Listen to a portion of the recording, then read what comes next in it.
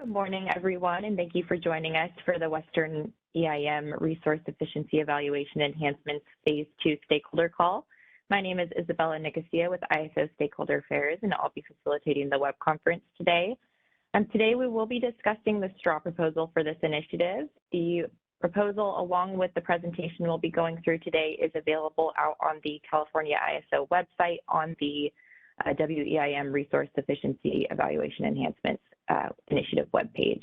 So you can get to that page by going to Kaiser.com, stay informed, and then policy initiatives, and then that page will be listed there on that main landing page. I'm also joined on the line today by Danny Johnson from Policy. He will be our main presenter today. But before we get started, I just wanted to go through a couple reminders. So this call is being recorded. The recording is for informational and convenience purposes only, and any related transcription should not be reprinted without the ISO's permission. These calls and meetings are structured to stimulate an open dialogue and engage different perspectives with the understanding that stakeholders have had a chance to review the proposal and presentation. And then in the interest of time today, we just would like to remind everyone to please refrain from repeating or reiterating what has already been said so that we can get to as many questions and comments as possible. And then if you need any technical assistance during the call today, you can send a chat to the event producer. Her name is Michelle. When we do open it up for questions today, if you connected to audio through your computer or use the call me option, you can raise your hand by using the raise hand icon, which is located on the top right hand side of the screen above the chat box. But if you didn't connect to audio using your computer or the call me option, you'll need to press #2 to enter the queue. And then before making your comment or asking your question, please just be sure to state your name and affiliation. And then you can also send your questions in the chat to either me, again, my name is Isabella Nicosia, or you can send it to all panelists. So the agenda for today, we'll go through the stakeholder process really quick, and then I'll hand it over to Danny for the evolution of the WEIM RFC, and then we'll dive into the proposal, and then I will go over the EIM classification and next steps at the end of today's call. This slide here is just an overview of the California ISO stakeholder process. We are here in the proposal development phase, right at straw proposal. And then you'll notice here on this slide, we have June 1st, 2023 as a planned go live date. So with that, I will hand it to Danny and we'll get started. Thank you, Isabella. Before we talk about the evolution of the RFC and kind of what we've done in the last year, I was wondering, can we go back a slide? So Isabella mentioned that the planned implementation date is June 1st, 2023. This is in response to stakeholder desire to try to have a lot of the elements of the Phase 2 proposal in place prior to summer 2023 operations. Originally, our roadmap called for starting this process kind of near the end of this year, running it through next year, and then implementing in 2024. In being responsive to stakeholder concerns and desires, we are accelerating this process, trying to have it in place by next June. As an artifact of that, the policy development timeline is really truncated on this issue. So that will inform what, as you see the schedule, will look like really quick turnaround times on when we're posting papers to when we're having calls to when comments are due, and then also quick turnaround times on the ISO side, getting additional iterations of this process out. All of this is in spirit and trying to get to June 1st, 2023. So thank you in advance for your dedication and working with us on the accelerated timeline we're trying to put forward on this item. So can we, okay, so the first section I wanted to cover and just level set on the evolution of the RFC and inform why we are where we are today. And then I think this will also help to inform a lot of the direction that we are taking in this proposal. So can we go to the next slide? In 2021, we had a fairly large initiative to enhance the RFC. This initiative focused on an initial set of accuracy enhancements to the test itself. These were approved during the February joint governance meeting and were implemented a little less than a month ago. I think they fully got implemented June 17th. These enhancements specifically revised the counting rules for the capacity test. It also changed and made sure that the reference point to calculate the flex ramp sufficiency test obligations was more reflective of actual operating conditions. It expanded the framework in which demand response can participate, specifically allowing smaller programs that fall within the accuracy band of the persistence forecast and the weather-based forecast to be accounted for without a loss of market accuracy. The intertie uncertainty adder was suspended in response to stakeholder desire. The balancing test was revised such that no entity who isn't subject to the test is able to receive any revenue allocation for any entity that does fail the test. And then on top of this, we instituted a number of transparency reforms. This stems from the DMM now assuming regular reporting duties on the RSE, to the ISO making a significant amount of additional information on the test operation available, both on OASIS as well as some of the internal applications that BAAs utilize to participate in the WEIM. There were additional accuracy enhancements that were discussed in phase one. We contemplated doing something on these. This would be like load conformance, the different ways to measure uncertainty. However, we felt that additional analysis was necessary to allow the ISO to put forward solid data-driven policy. So rather than trying to address these in phase one, they were deferred to allow the ISO time to conduct that analysis. Can we go to the next slide? To that end, from March to June of 2022, so this spring, the Kaiser conducted analysis on three different items relating to the RSE. The first is the impact of load conformance on the RSE. The second is trying to figure out how uncertainty, both net load and intertie, affects the test. And the final set of analysis was trying to determine the impact of advisory EIM supply offers in how the Kaiser clears the HAS market, which then informs its obligations for the RSE. So this analysis was done to support the policy development of the proposal we're talking about today, and it was also responsive to stakeholder concerns and perspectives. The Kaiser kind of published the scope of the analysis, took feedback on the scope. It then published the preliminary analysis and followed up the preliminary analysis publication with stakeholder calls, allowing stakeholders to question ISO's analysis team on the methodology that was used, as well as the results that were obtained, to make sure everyone had a firm understanding and was comfortable with the methodology that was being used to conduct this analysis. After that process, the Kaiser published a final set of analysis that incorporated that feedback on June 21st, 2022, and held a final stakeholder call about 2 weeks ago on June 29th. Can we go to the next slide? So in addition to the analysis that the Kaiser conducted that informs this process, the other item that went on this spring was the Kaiser with stakeholders also examined the potential to implement an energy assistance program through the EIM prior to summer 2022 to allow it to be available for summer 2022 operations. To this end, the ISO held 2 workshops in the spring of 2022. A proposal that was put forward by NVE was examined in these workshops to determine if it was workable to implement prior to summer 2022. When we took comments on that proposal, it was clear to the ISO staff that there is really widespread support for this concept.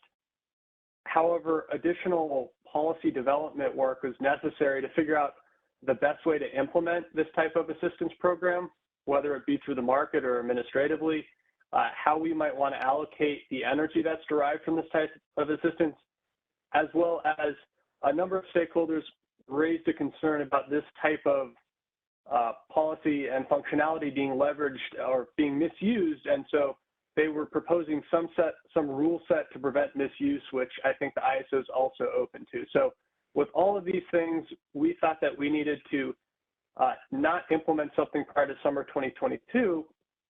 Instead, we are accelerating the RSEE Phase 2 policy development process in direct response to these concerns, again, with the goal of trying to have something in place prior to summer of 2023. Can we go to the next slide? Okay, so I want to, before we launch into the proposal, I wanted to stop and see if there are any questions on the line about kind of what occurred in 2021 and then this spring on RSE.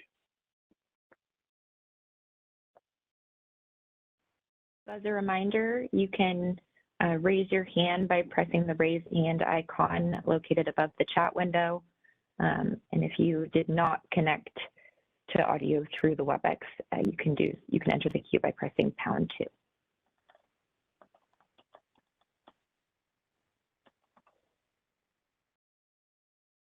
I do not see any questions in queue. Okay, well then I think that we can proceed. So the proposal section of this presentation tracks largely with the format of the paper. And that means the first thing that we're going to be talking about is the Kaiser not proposing to include load conformance in the WEIM RSE test obligations for it or any other BAA.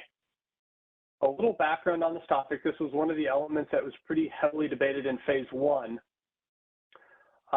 If you look, or load conformance is a tool available to all BAAs where additional load is added to the BAA, which drives slightly different market results for that BAA. The ISO largely uses this to ensure that it has additional flexibility to operate its system, as well as to ensure that it has the ability to replace NERC reserves to the extent that they're deployed.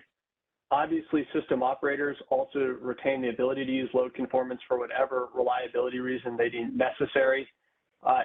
It's just a more efficient tool for the Kaiser BAA to drive certain market results than individually manually dispatching resources. Essentially, you can put in what the requirement is, and the market will optimally determine how to meet that requirement. When you start looking at this in terms of the RSE, load conformance can't benefit any BAA in passing the capacity test of the RSE. This is simply due to the design of the test. Load conformance can drive additional EIM transfers, but those additional EIM transfers aren't able to be counted as valid supply in the BAA who's using the load conformance. There is the potential for those transfers to benefit the BAA using load conformance in the flexible ramp sufficiency test. So the mechanics of this are that a BAA could use load conformance, which could drive additional EIM transfers, which would serve to unload resources internal to the BAA using the conformance.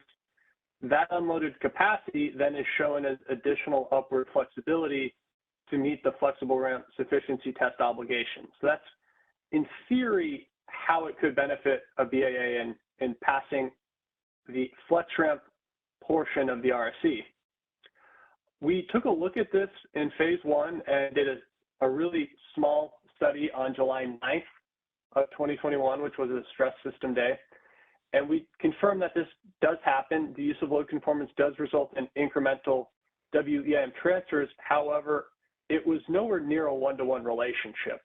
The use of load conformance drives a number of additional outcomes in the market. These are increasing the operating points for resources internal to the BAA using load conformance, committing additional resources or state transitioning upward resources internal to the BAA. It can also, in the Kaiser's case, increase the block hourly import schedules that are cleared, or the converse would be decrease the block hourly export schedules that are cleared from the Kaiser BAA.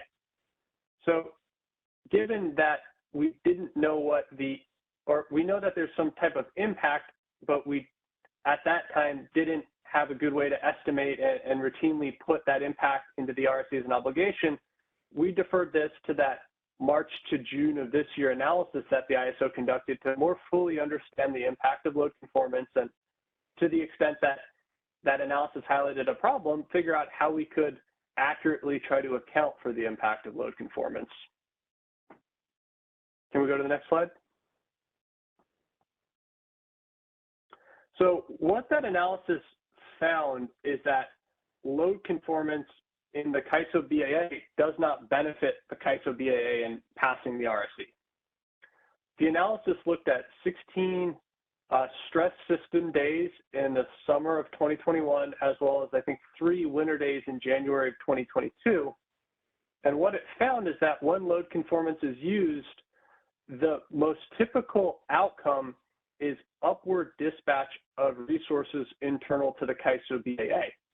This graph is lifted from the paper, which was in turn lifted from that analysis. So thank you, Guillermo, and his team for putting together this graphic.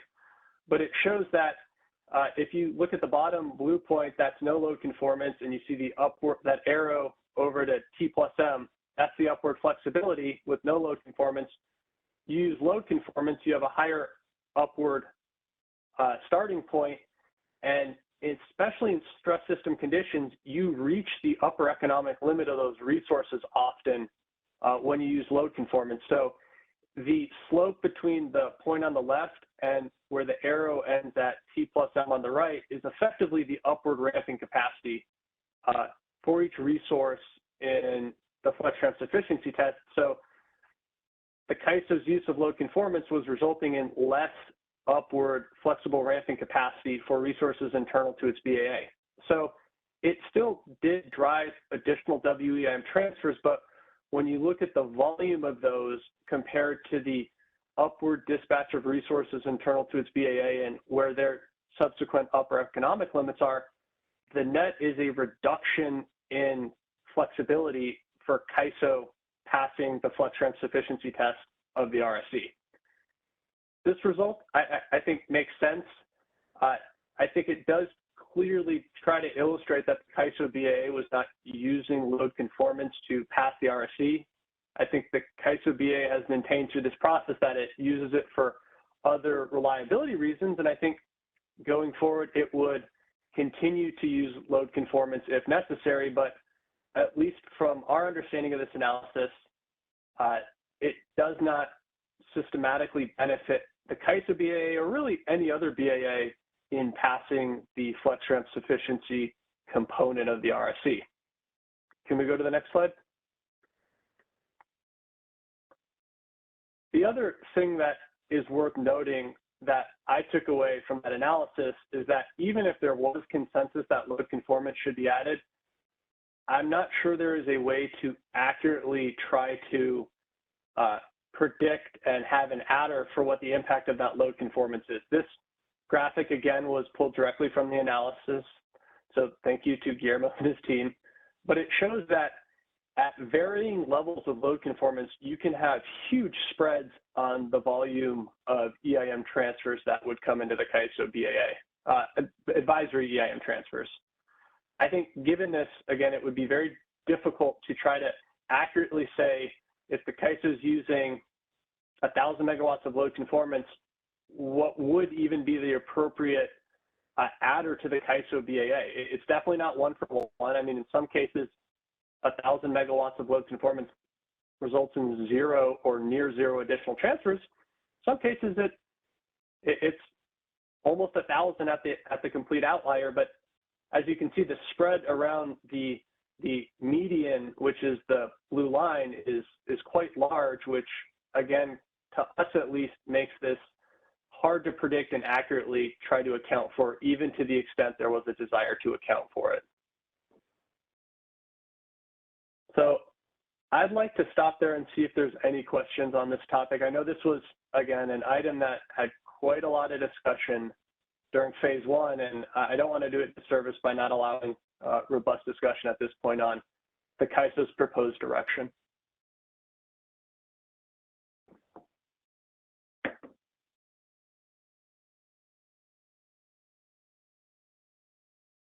you have any questions, Michelle?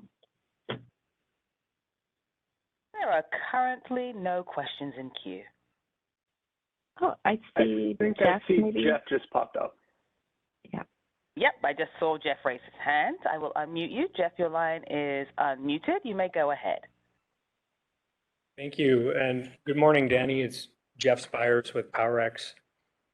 Thanks for walking through this again, and I do think that the analysis and the effort that the Kaiser team put in to help illustrate load conformance and how it impacts the test has been very helpful.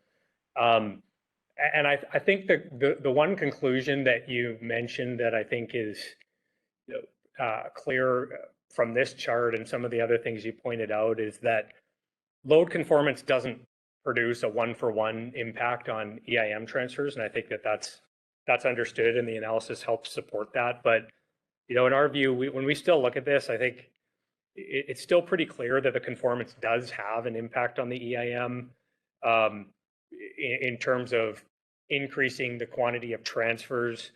It also seems like the conformance is being used by the operators to address some need they have, and it's granted it's hard to quantify that, but clearly the operators are looking at something and saying, we don't have enough capacity or we don't have enough flexibility. We need to use the conformance to try to address that. So, it doesn't seem to me that completely ignoring that need in the test is the right answer either. I continue to think that there's some challenge here that the operators are facing that should be reflected in the test if we're striving for it to be accurate. The other point I just wanted to raise, and we'll probably come back to this later, is this does play a role in the discussion around failure consequences as well. So I think when we're discussing that, because I think to the extent that failure consequences are informed by the level of transfers and the level of transfers are impacted by conformance, then there's a link there. So I just wanted to raise that. But anyhow, I do think it's unfortunate that we can't find a way to figure out what this relationship between conformance and EIM outcomes is, because I don't think it's zero. It's not one for one, but it does seem like there is a relationship there that we're not addressing. Thanks, Jeff. Yeah, I agree there's a relationship. I guess what I've kind of concluded, though, is that relationship isn't benefiting the Kaiser BAA and passing the RSE. And there are reasons the operators use load conformance. I think the shortcomings of the existing FRP product are one of them, to the extent that a lot of that flexibility that gets procured is undeliverable. They may be using load conformance to try to ensure that there's enough flexibility on the system. So once FRP goes in place, I think the volume of load conformance should get better. But then I kind of want to go back to what I mentioned earlier, is they're using this to set up, this is just an efficient tool for the Kaiser BAA to set up the system. I think EAAs have a lot of the same functionality. They're just manually saying this resource is going to be at this operating level. I'm going to turn this resource on to PMIN to ensure I have upward flexibility. So I think the outcomes of load conformance are fairly similar, with the exception of the advisory EIM transfers. And then I do agree that and it's an interesting perspective you brought up about their impact on the failure consequences. And I do look forward to that discussion. Okay, thanks, Danny. Sure.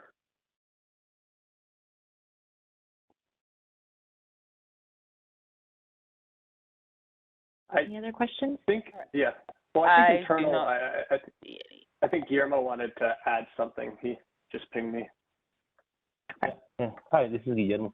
And just to add on to what you said, Danny, the other piece that is also an interplay that was not explicitly discussed so far, but is still part of the analysis, is the nature of the advisory transfer that we are talking about, right? When we are talking about this relationship between the conformance in HASP or FMM and how that may drive a specific transfers and that could be utilized for the balancing of the system. We're still talking about these advisory transfers, which we have shown in the other part of the analysis are largely unrealized when we come into the real-time market. And that is something that we also have to consider, that the advisory is indicating that level, but at the end, when we go into the actual operation and of the system conditions, and we're talking about the 5-minute transfers, that the one that actually realized, we have seen consistently that portion of the advisory transfers unrealized. So the consequence may be in the hash in FMM, but eventually they are not materialized when we come into the real time.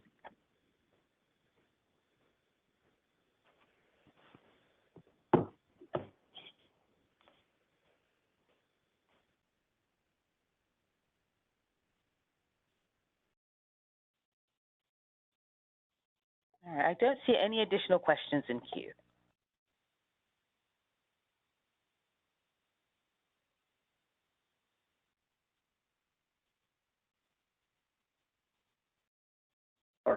Sorry, I was on mute. We can go back to Yeah, that I was to the gonna extent say. that anybody has additional questions, but I think for now we can move forward to the next topic.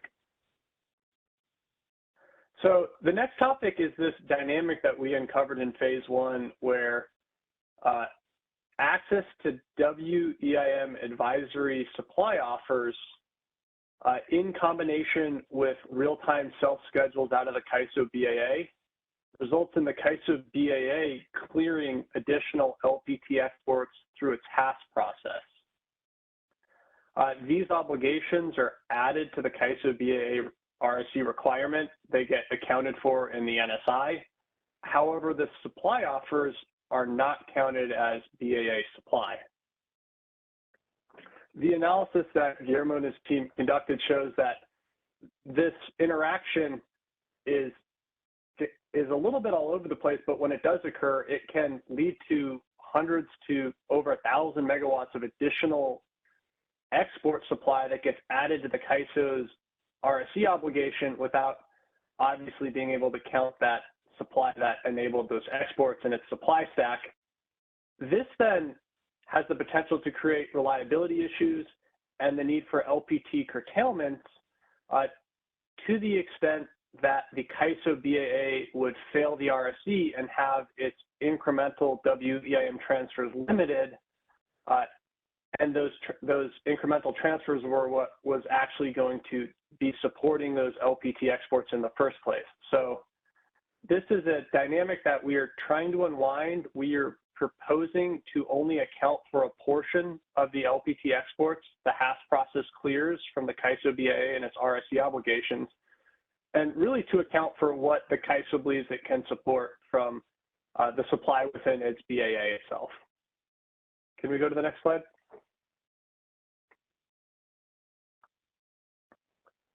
So our reasoning here is that what we're trying to do here is just align the Kaiser BAA's rules for the RSC counting with those of other EIM BAAs. And our understanding is that those WEIM BAAs are only representing firm transactions, which they can fully back and would give equal priority to in their base schedules. If that's the case, then it's, from our perspective, not reasonable for the Kaiser BAA to fail the RSC due to any LPT exports it can't be certain are supported by supply internal to its BAA. The HAS optimization does minimize cost across the entire footprint.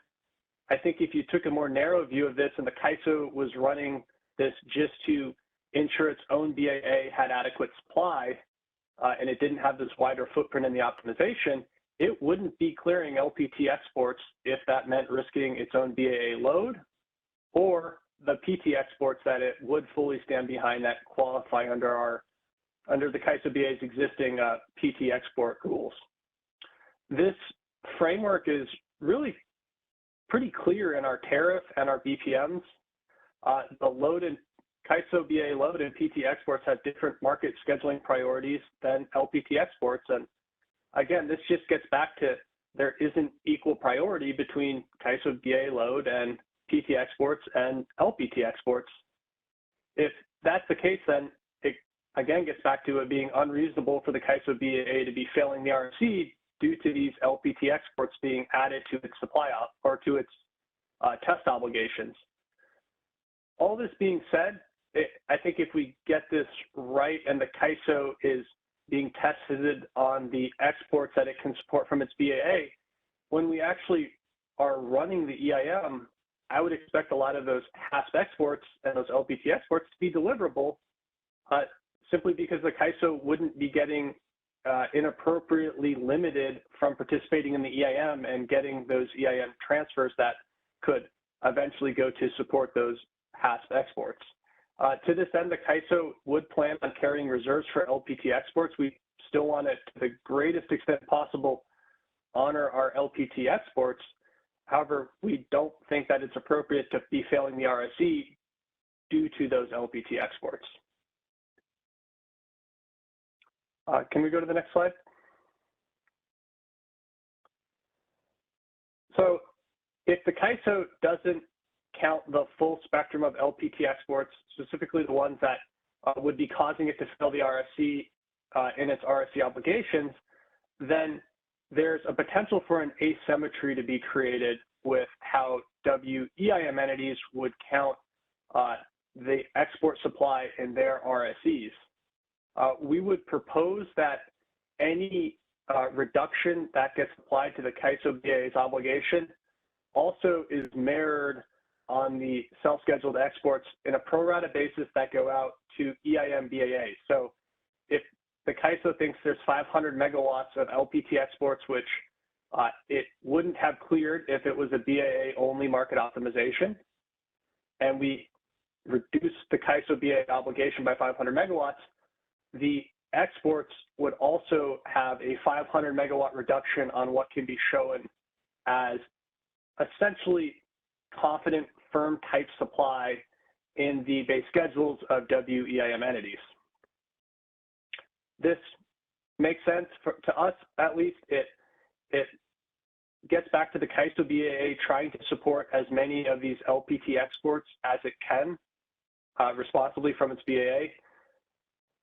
However, not doing this effectively could allow the Kaiser's market clearing process to be firming up this advisory WEIM supply for other BAAs to count in their base schedules, which we would not think is an appropriate equitable outcome.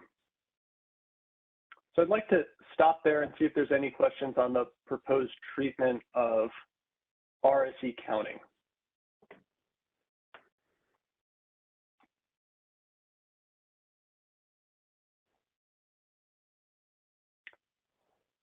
I think I see Libby is in the queue.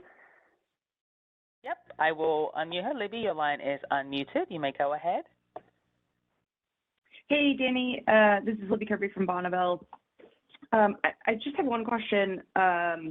It sounds like what Kaiser was saying is there's some solution in the HASP based on advisories that causes some disconnect between what is assumed to be firm and what was coming in as advisory.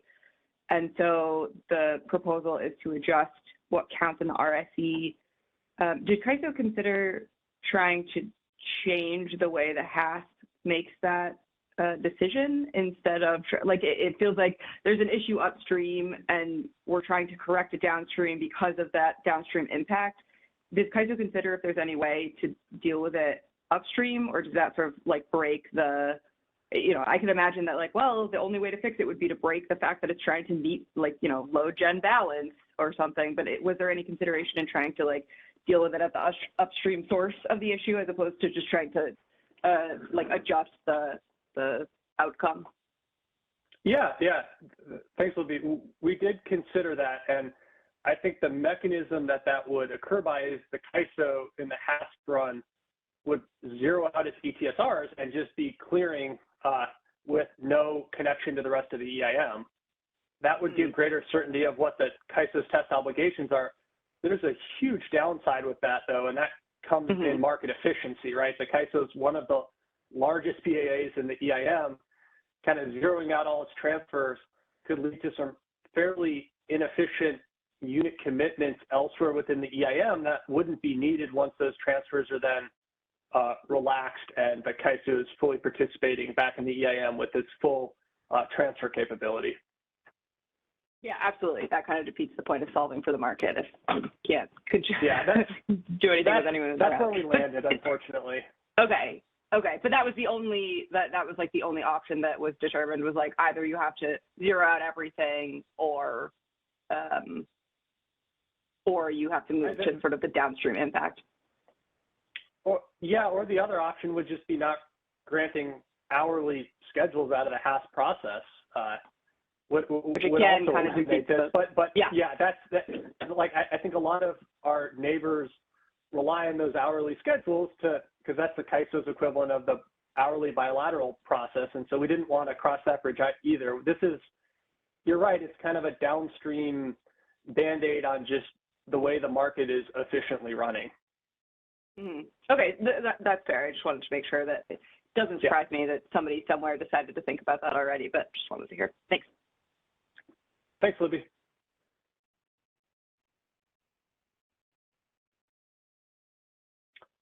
We do have an additional question? Okay. Yes, we do have an additional question in queue. Caller, your line is unmuted. You may go ahead.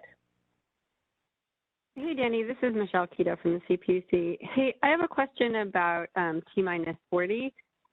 If Kaiser has a totally balanced system, but it has 1,000 megawatts of intertie bids that get picked up in the HASP and clears those 1,000 megawatts to clear 1,000 megawatts of exports.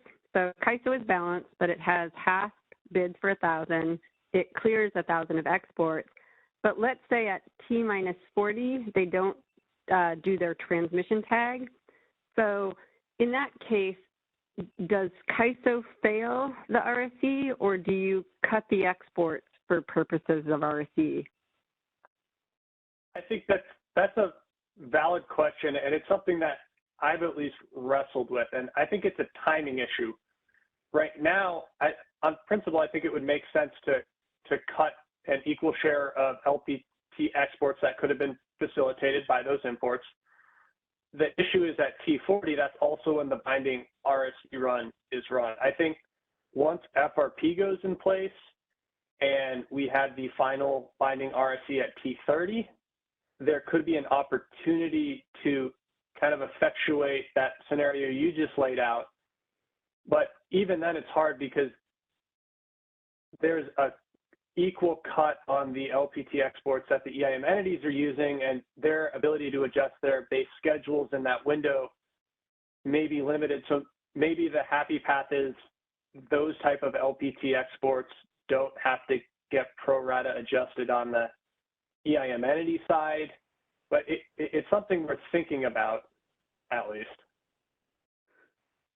So, so you're telling, I guess what I'm hearing you say is that Kaiser will fail the RSE as a result of this and support the exports. Is that what I'm hearing you say? No, I'm saying this is an open question, and I think there is a solution, but we would need the broader community to kind of weigh in on if the EIM entities who are showing these LPT exports on their base schedules, if they would need to have adjustments in that 10-minute window. Is that feasible? Is that doable? Or would this happen infrequently enough that we don't think that that type of adjustment needs to be made? I think we still have some additional feedback we need on that aspect of this. Well, let me stay with this just for a little while, because let's say that we do fail the RSE as a result of this. Aren't we then going to cut the next part of it is going to tell you what you do for reliability purposes. And I thought for reliability purposes, you were going to cut the exports, right? The LPT exports, and these are LPT exports. So I guess I'm struggling. Why would you not do it at this point in time for purposes of passing the RSE?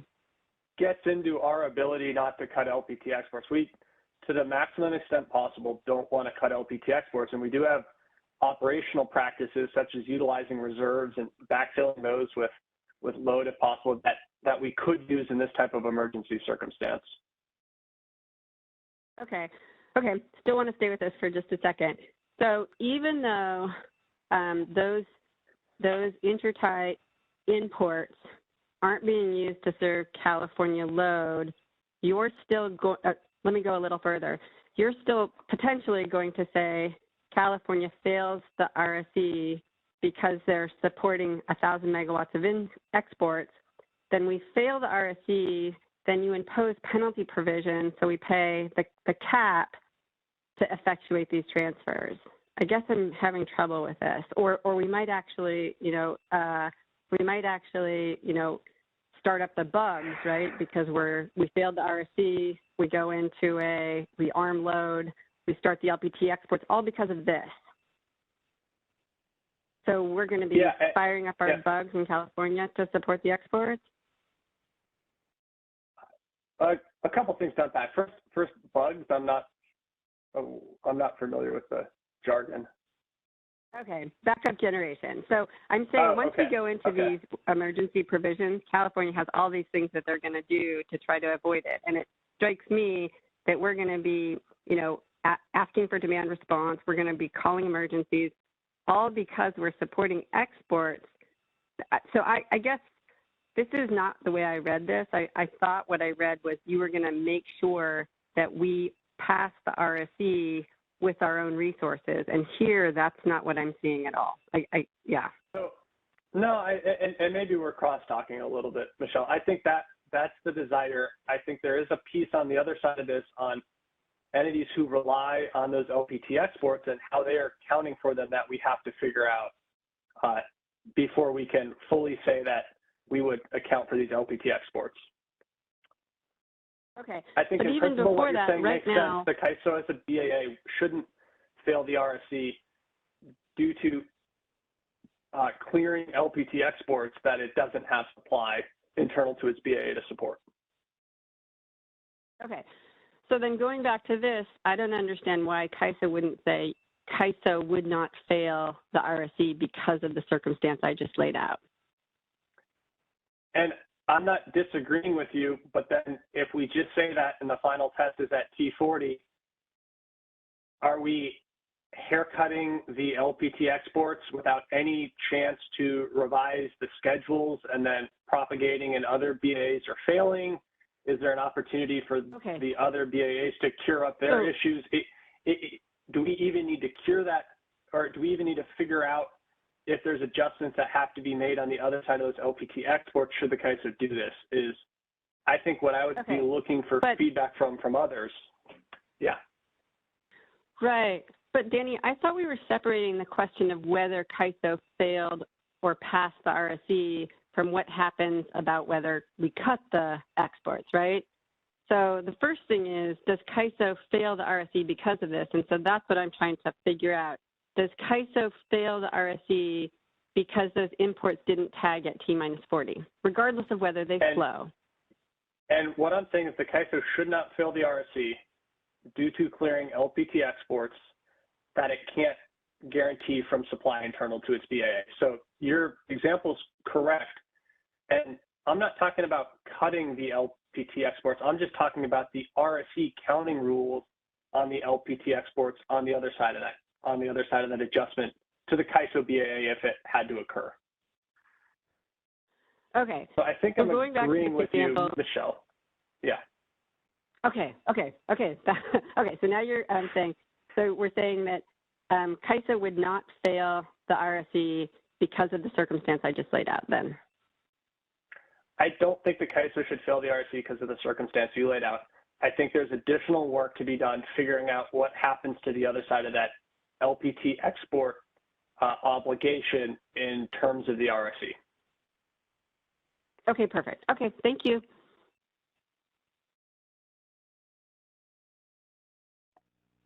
All right. I do not see any additional questions in queue at this time. Okay. Again, this is another topic we can feel free to come back from it if thoughts occur to anybody else on this call. But for now, can we go to the next slide? So that's the RSE side of these LPT exports. The CAISO is also proposing a change regarding the tagging practice of these LPT exports. We would look to ensure that all LPT exports that are cleared from the CAISOs are tagged as firm provisional this helps to clarify their status as subordinate to KISO BAA demand and PT exports. Right now in our tariff, the KISO has the ability to curtail LPT exports if it needs to maintain its own reliability for its BAA, which would include meeting its own demand, and PT exports. This is just a means that helps the system operators to do that. Right now, if everything is tagged as firm, then it's not as easy for the system operators to figure out what are the pro rata curtailments that need to go out to kind of effectuate maintaining this priority. We also would look to differentiate if LPT curtailments were needed between day-ahead and real-time LPT exports. We would give a priority to day-ahead LPT exports since they scheduled in the day-ahead, and obviously those BAAs have a they're more relying on those exports to meet their obligations. The other thing I wanted to add here is that to the extent KISO needs to engage in LPT export curtailment, it would be done at the discretion of the system operator. We would envision the KISO systems giving them a list of LPT exports that are available for curtailment, potential shortfall. They would then have the ability to execute pro rata curtailments on all those LPT exports. The caveat I'd add here is to try to ensure that we are not moving any neighbors into reliability concerning situations. We would try to exclude any BAA that is in EEA2 from receiving an LPT export curtailment to whatever extent possible. I think that EEA2 is a common metric that we could have visibility on, either from the BAA alerting us or coordination with the RC, or maybe even an application that's scrubbing kind of the notice system to figure out if a BA is in EEA2, and then would try to preserve LPT exports to that BAA to ensure that their situation isn't worsened.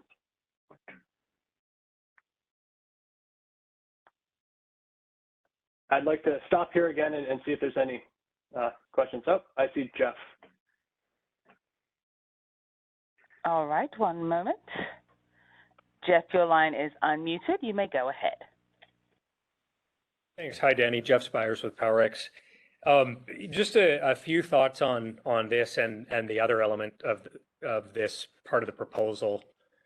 I think I understand that, and we've talked about this before, that the KISO doesn't want to be put in a worse position, really, either from a reliability perspective or from a resource efficiency test perspective of clearing HASP exports against EIM advisory imports. And I understand that, and that this is a complicated issue, but a couple of times you've raised what I would kind of call a double counting concern, where it's not just about what the KISO's doing in terms of its test and its BA.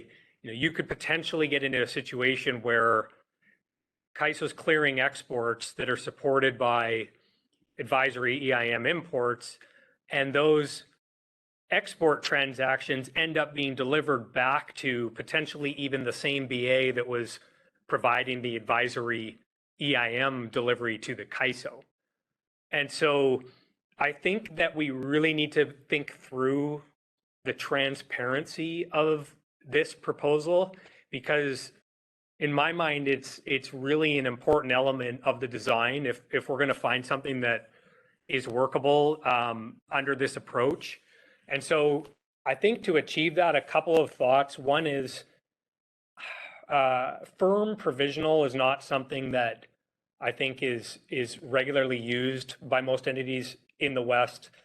I think the tag should say non-firm. That is really what it is. If there's no supply to support that delivery in the KISO BA, I think it's much more clear and understandable to just label the E-tag as such. It's non-firm and it's subject to curtailment. So that's one piece of feedback on that. The other is trying to find a more precise way to identify the exports that aren't supported by resources in the KISO BA, as opposed to the pro rata concept that you were raising. I think that sort of reintroduces some of the troubles here where if you start doing pro rata allocations, you're back to not having a clear and transparent way for the receiver of that energy to know what they're getting. So I really think trying to find a way to identify clearly which are the exports that are best identified as non-firm, and then ensuring that the E-tag shows that will allow for what you're trying to achieve for the Kaiso, but also doing that in a way where the other entities understand what they're getting and can treat that supply in their resource sufficiency tests appropriately. And then the last thing I just wanted to add is this type of functionality of potentially supporting the ability to have non-firm exports from a BA that aren't counted as part of the resource sufficiency test, I think is something that would probably have to be more broadly applied, because I'm not aware of other EIM entities today that can do that. I think you're right that most exports from other BAs are generally probably identified as firm, but I don't believe that other entities have the capability to expressly identify an export as non-firm and have it excluded from their test. So, if we're going to develop that type of functionality for the Kaiso, I think it would be something that maybe should be more broadly applicable. So I said a few different things there. Maybe I'll just get your reaction or see if you have any clarifications to some of those comments. Sure. Yeah, I think kind of starting where we finished. I guess I'm a little confused because this is a unique issue to the Kaiso, right? We're the only one who would clear kind of non-firm, or the Kaiso BA is the only BAA in the EIM who gets tested on non-firm exports. So to the point that other BAs want to kind of reflect those in their schedules for transparency purposes, that's okay. But I mean, to the extent that they're not getting tested in their obligations on them, I don't quite follow the asymmetry. I'm not aware of non-firm commitments being excluded from other EIM entities' tests, because my understanding of other EIM entities' structure for their test is that any export they have, any interchange that they have, is included in the evaluation of their sufficiency. So I think what the issue is more likely is that for other EIM entities, they tend to make firm transactions and limit those transactions to the supply that they have. But that being said, if they had a non-firm export of some kind that they could curtail, I don't know that they actually have the capability to exclude that. So it's just something to contemplate, because I don't think that functionality exists, at least not that I'm aware of.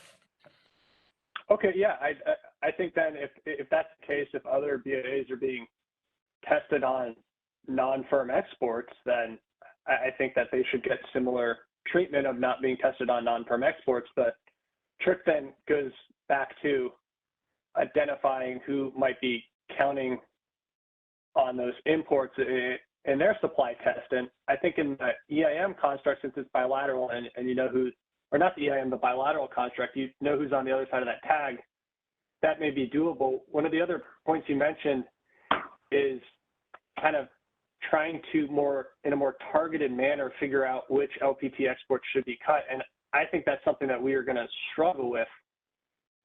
We just don't, like, if there's 1,000 megawatts that are cleared LPT and the Kaiso can support 600 of them from resources internal to its BA and 400 were from the EIM, and there has to be a 400 megawatt reduction, other than pro rata, I don't know any equitable way to do this. And to the extent that BAAs want firm exports from the Kaiso, they can do that. They can go under the PT rule set and get a firm export. So I'm open to ideas on how we could do that, but at least right now, I'm not aware of a good way where we could kind of implement that in our market.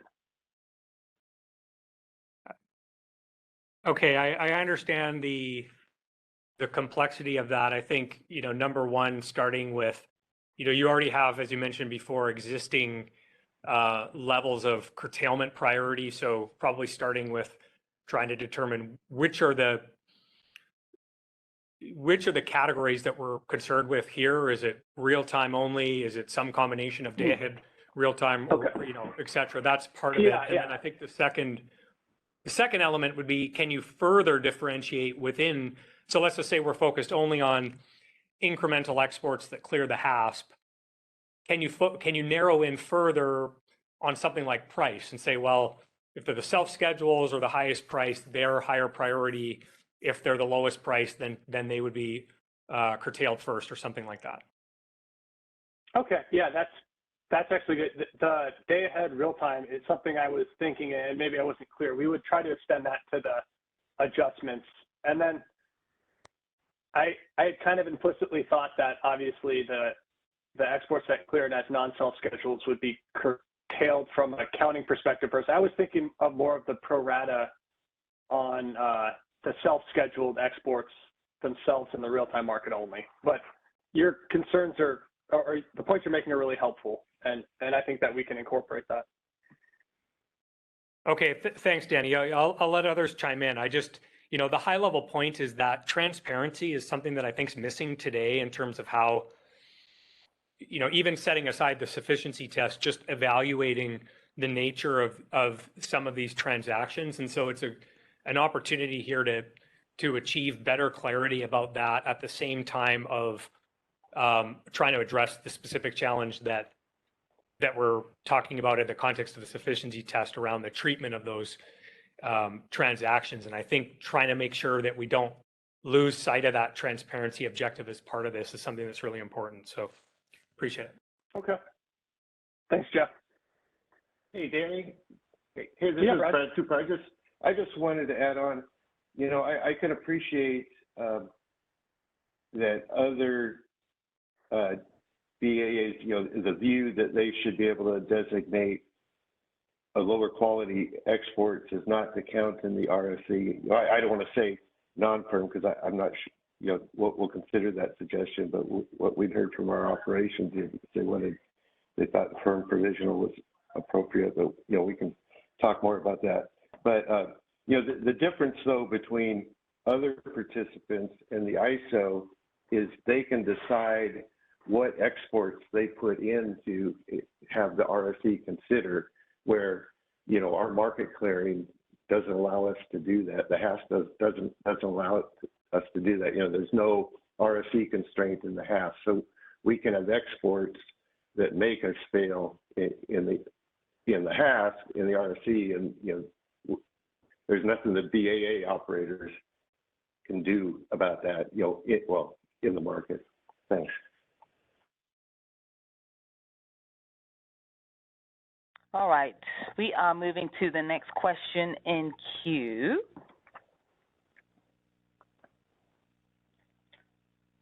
One moment. All right, caller, your line is unmuted. You may go ahead.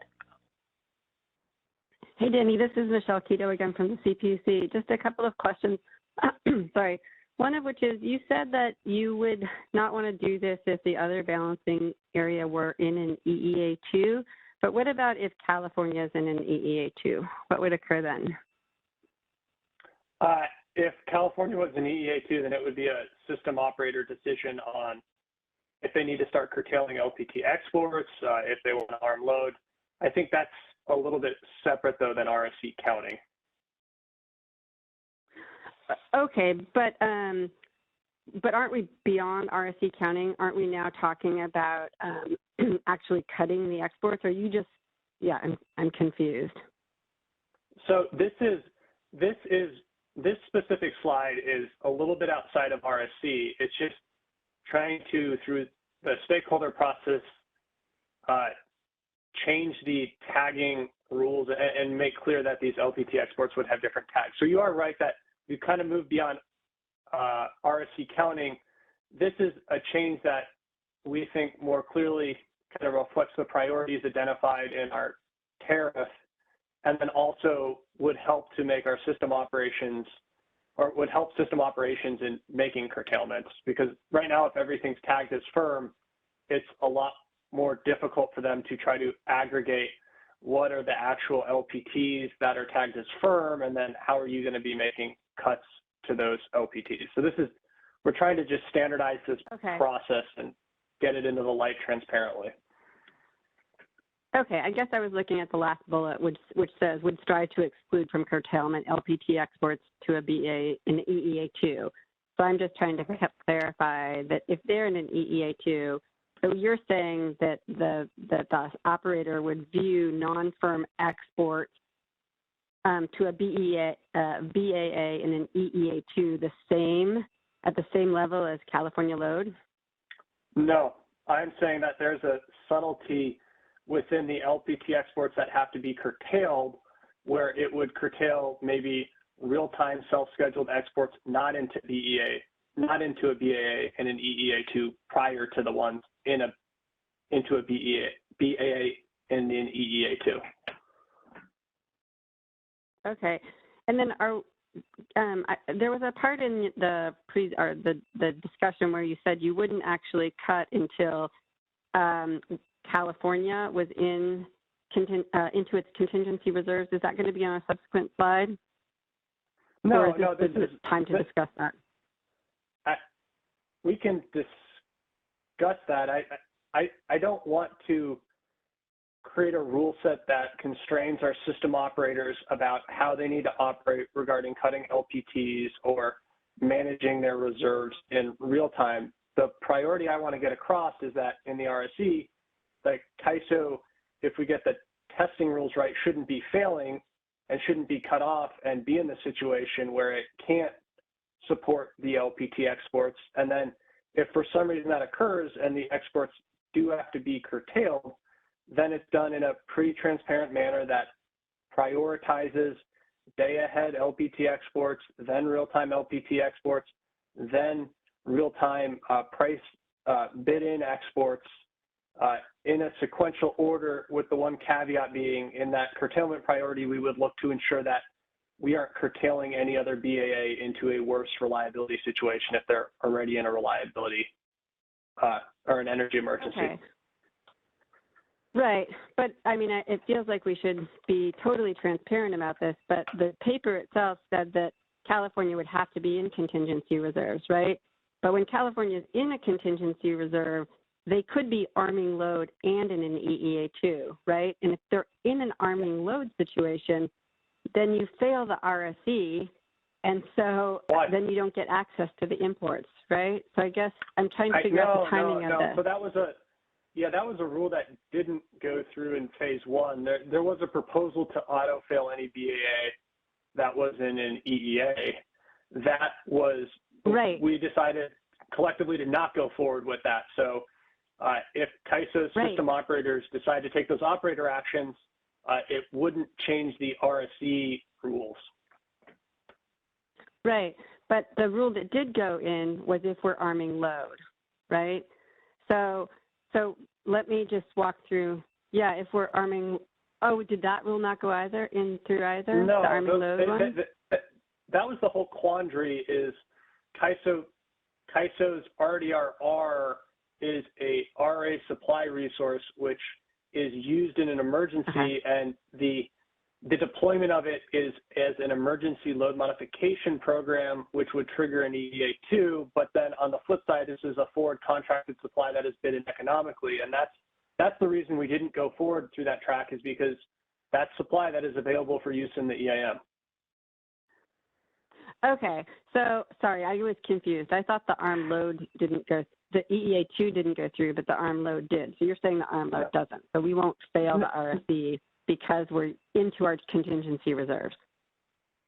No, we should like, if the Kaiser BAA system operators decide that's what they need to do, and the Kaiser's previously passed the RSE and they want to try to figure out how to best manage their system in coordination with their neighboring BAAs, that shouldn't impact the RSE results. The RSE results will have occurred 40 minutes prior, most likely, or 40 minutes to an hour and a half prior.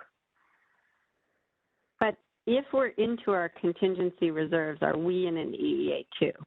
And so then my question comes back to, you're saying we'll strive to exclude from curtailment LPT exports in a but we're never going to curtail the exports unless we're in an EEA2. That's what I'm struggling with.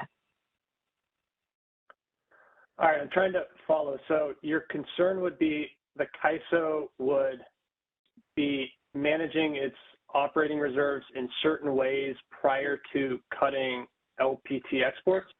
Is that Okay, a concern? so let me go.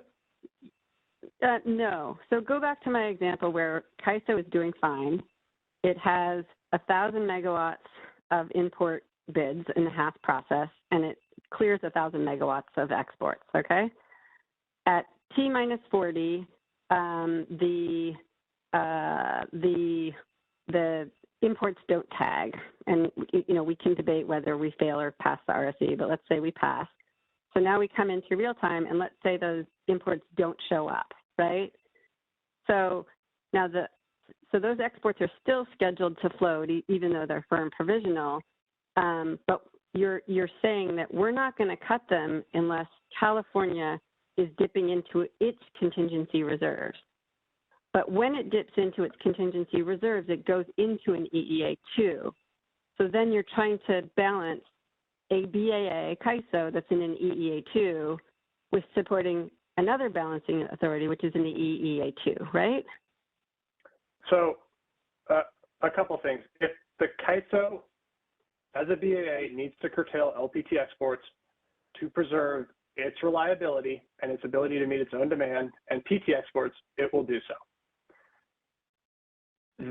This proposal is trying to address the RSE counting rules so that ISO doesn't erroneously and inappropriately fail the RSE due to this interaction. And then this tagging change is to make it easier and to help our system operators at the Kaiser BAA to figure out what they would need to curtail to the extent that that is necessary. Now, I'm not proposing in this proposal to create a rule set of when the Kaiser BAA system operators curtail LPT exports versus how they use their reserves. I'm simply trying to illuminate what exports would be available for curtailment and what the priority for curtailment is if they deem curtailment necessary. Okay, I got that. There's just something in the proposal that says we're going to try to honor all the LPT exports until we're using our contingency reserves, which means that we're in an EEA2. That's all I'm trying to say. Right? Yeah, I think that Kaiser will do whatever it can to try to support LPT exports. It will not do so at risk to its own reliability or the reliability of the PT exports. Short of that, it is at the system operator's discretion in real time what they're going to do. And that's all I can say on that. System operations isn't here, and I don't think we actually want to create policies and rule sets of exactly what they have to do when, because they're working with their neighboring BAA operators within the Western Interconnection to try to ensure everybody's able to operate reliably with the understanding that each BAA is also preserving their own reliability. Okay, so I guess what this does is it ensures it ensures that Kaiser doesn't fail the RSE because of those exports, which is great because it seems like we shouldn't fail, but it doesn't really address the reliability concern of supporting these LPT exports on the backs of imports that are non-firm, right? Not really. I don't know if that's a reliability concern right now because Kaiser system operators can curtail LPT exports to preserve its own reliability. This just identifies LPT exports as a different type of tag, making it much easier to effectuate that operational decision. Okay. Well, maybe, sorry to just really dig into this, but thus far, it's been my understanding, that Kaiser has been reluctant to cut LPT exports except in the HAS process. So if we go to July 9th, you'll see that Kaiser eventually cut 3,000 megawatts of exports, but only through the HAS process. It didn't do it out of market. So are you telling me that Kaiser is now prepared to cut exports post-HASP? Because they didn't do that on July 9th, and they had tariff authority to do it. But exactly, they had tariff authority, and the Kaiser system operations in coordination with their neighboring BAAs, figured out a way to not cut LPT exports, and Kaiso load was preserved, right? Kaiso BAA load. And I don't want to put rules around that wouldn't let Kaiso system operations make similar operational decisions going forward. The Kaiso does give its system operations the ability and the authority to curtail LPT exports if necessary, and this change simply makes it easier to do that if they need to do that. Okay, so I just want to make 2 points. One of which is California armed load and was like on a razor's edge to support the exports that were no longer supported by the transmission line that's down. The second thing is we now have all these programs into effect that would start, out of market demand response, including backup diesel generation, which I think I hear you saying is that we'll do all of that to support those non-firm exports. And I'm not sure that... Michelle, that's not at all what I'm saying. I'm saying that the scope of this policy doesn't involve developing rule sets about how our system operators coordinate their operational tools in real time to maintain Kaiso reliability. That we're giving them the tool to cut the tool and the ability, and we're flagging what are LPT exports for them to curtail. And beyond that, it's just way outside of the scope of this proposal to try to define how exactly the Kaiso system operators are going to try to operate reliably in emergency conditions. And I think it just puts handcuffs on them and makes their jobs harder in ways that actually isn't helpful. Okay, so I guess what I'm hearing is that this is saying that California won't fail the RSE because of those exports, and you're going to tag those exports in a different way so that the operator could potentially cut them. But at this point, we have no idea what the operator is going to do, except that they're going to strive to not curtail to another balancing authority that's in an EEA2, but we're saying nothing more than that. I do have an idea what the operator is going to do, and that's going to be to operate to protect Kaiso BAA load and PT exports as a priority, and then try to be a good neighbor through good utility practice for all the neighboring BAAs to ensure that their reliability is not affected to the greatest extent possible. And I would expect that paradigm to continue. I would just expect it to be easier for the Kaiso system operator to fulfill that obligation with this tagging change. Okay, thank you. Yep. Thanks, Michelle. All right, we do have one more caller who is waiting in queue. Libby, your line is unmuted. You may go ahead. Hey, Danny. Libby from Bonneville again. I had a question. You gave an example a little while ago about, let's say, 1,000 megawatts of LPT exports were set up, and the Kaiso only had the ability to support 600 of them. And so the potential would be to cut 400 of them. Is there any consideration on, so my understanding of this is that, there's the expected, 1,000 megawatts of imports coming in, or maybe it's 400, I think it's 1,000, and then there's sort of like the Kaiso could support 600 if 1,000 didn't show up.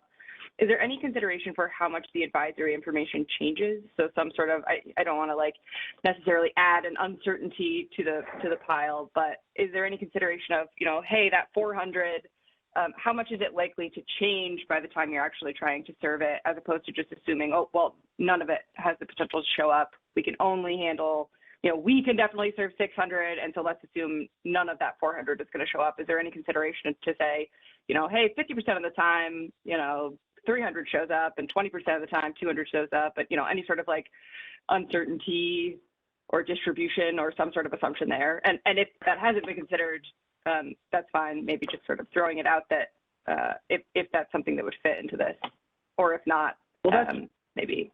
Okay. Yeah. No, I think along those lines, that's why we're trying to separate out the RSE counting and let me take a step back. Are you talking about when Kaiso would need to curtail the LPT exports, or when the RSC supply adjustments would be made for the other side of that transaction? I guess both. I'm assuming the curtailment side you wouldn't do until you actually couldn't support it. And so that one, you're already assuming that, or not assuming, but you're already waiting to see what actually shows up. So I guess I'm thinking more on the RSC side of things about the entity importing not being able to count that. Is there any, so I guess I've talked myself through it enough to think that I'm talking about the RSC side of things. Yeah, so we would probably look to make the initial adjustment after we run the HAS before the T55 RSC, if it's necessary. We wouldn't expect those hourly, like their hourly schedules, right? Their advisory supply bids.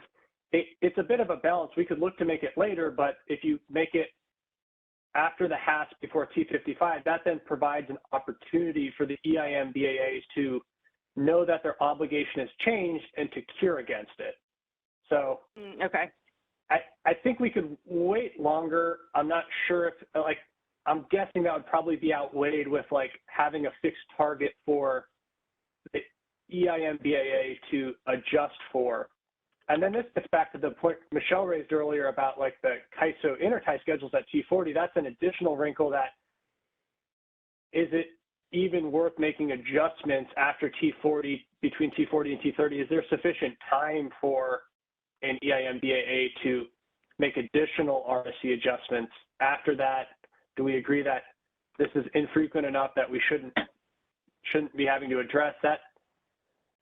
I think we'd be open to doing this whenever, but at least from our perspective right now, we want to give as much certainty as possible to the EIM BAAs. Okay, so I'm going to repeat back to you what a summary of what I think you said, just to make sure I'm on the same page. So you could consider some sort of, quote, uncertainty that would mean not cutting all of that or not counting all of that as non-firm. But if then you got into a situation where it turns out, you took the 10th percentile, but you're actually in the 0th percentile and really none of it showed up, at that point you would have to cut it or not count it in the test. And then that BAA had no time to cure it. Whereas if you can sort of assume none of it from the beginning, but it's on an earlier time period, as soon as you know it's there, as soon as you know it's been identified, you can say, don't count any of it because of this particular issue. There's 400, go cure 400. Yeah, and then at least on the advisory EIM supply offers and HAS, that's creating the fixed schedules, and like whether those supply offers change after HAS is almost immaterial because the Kaiser still wouldn't be able to count it as supply, and we're not re-clearing the HAS hourly export market. I guess maybe to the extent we cleared 15-minute schedules, we would want to consider doing this again between RPTD 6 and RPTD 5. But that's an interesting thought. I think this isn't not worthwhile, but I think it adds a ton of complication and coordination. It makes it harder for maybe EIM BAs to pass the RSC. And I think this is something that we will kind of have a question on in the comment template, looking for feedback on about what's the correct trade-off here. Yeah, okay, that's totally fair. It was just kind of a general, I think just a general question of like, hey, is this possible? But if the answer is like, well, it helps a tiny bit, but actually makes things way harder on this other side of things, then that's reasonable. Okay, thanks, Libby. Cool, thanks. Any other questions before we move forward? There are no additional questions, Danny. Okay. All right, so tracking with the paper, the next topic we talk about is another one of those holdover items from Phase 1B, and it's how uncertainty should be tested for in the RSC. Our proposal would be to test for net load uncertainty only, but test for it using the new quantile regression methodology. The analysis, our takeaway is that this does represent an improvement in accuracy on predicting future uncertainty. It solves a lot of the issues that were brought up in Phase 1 regarding forecast and like kind of upcoming conditions not being included in that uncertainty requirement. And it does this explicitly by accounting for upcoming forecast data in addition to the historical observations that right now inform the histogram methodology. We would look to implement this in the flex ramp test concurrent with this policy going live in fall of 2022. I don't think that we would be springing this on anybody in the EIM community. FRP refinements is a major policy change for the ISO. It is going to be going in as part of our fall release. We will be doing significant market sim and providing opportunities for entities to engage with this new functionality, new calculation. I know a number of entities have reached out to the Kaiser offline, trying to do a deep dive on how this methodology works to try to set up their own parallel shadow calculations to get comfortable with it. I think to date, the Kaiser has helped a few different BAAs accomplish that. Somewhat speaking for Guillermo, but in the name of customer service, I think for any other BAAs who want to gain more familiarity with this prior to go live, we would be more than happy to have similar type of outreach and help. For the capacity test, I think we would look to implement this concurrent with the policy go live for phase 2, which would be June 2023. The question I want to pose to stakeholders on this, though, is the 95% confidence interval the correct test input for the RSC? Right now, that existing confidence interval is specified as the maximum of the demand curve that FRP will be procured to. There's a lot of reasons why it would be good to have it in the RSC. To the extent you're procuring for all of it, you are minimizing infeasibilities between RPTD and RTD, which is what FRP is trying to do. So there's real pricing and operational benefits to ensuring all BAAs do come with the ability to meet that upward level of uncertainty before participating in the RSC or participating in the EIM. But to the extent that BAAs would be interested in testing for a lower level and I guess risking more power balance and feasibilities in the EIM, or potentially leaning on neighbors to the extent that their uncertainty doesn't materialize to that higher band, if that is deemed appropriate, I think that is something that we're open to considering. So that's something that I'd like to either talk about today or in the comments that are submitted to us. Is 95% confidence interval, so 97.5% upwards confidence, so a 1 in 40 probability, is that appropriate for testing in the RSC? I'd like to see if we have any questions on this topic.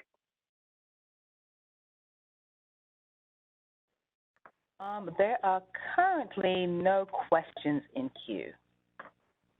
Okay.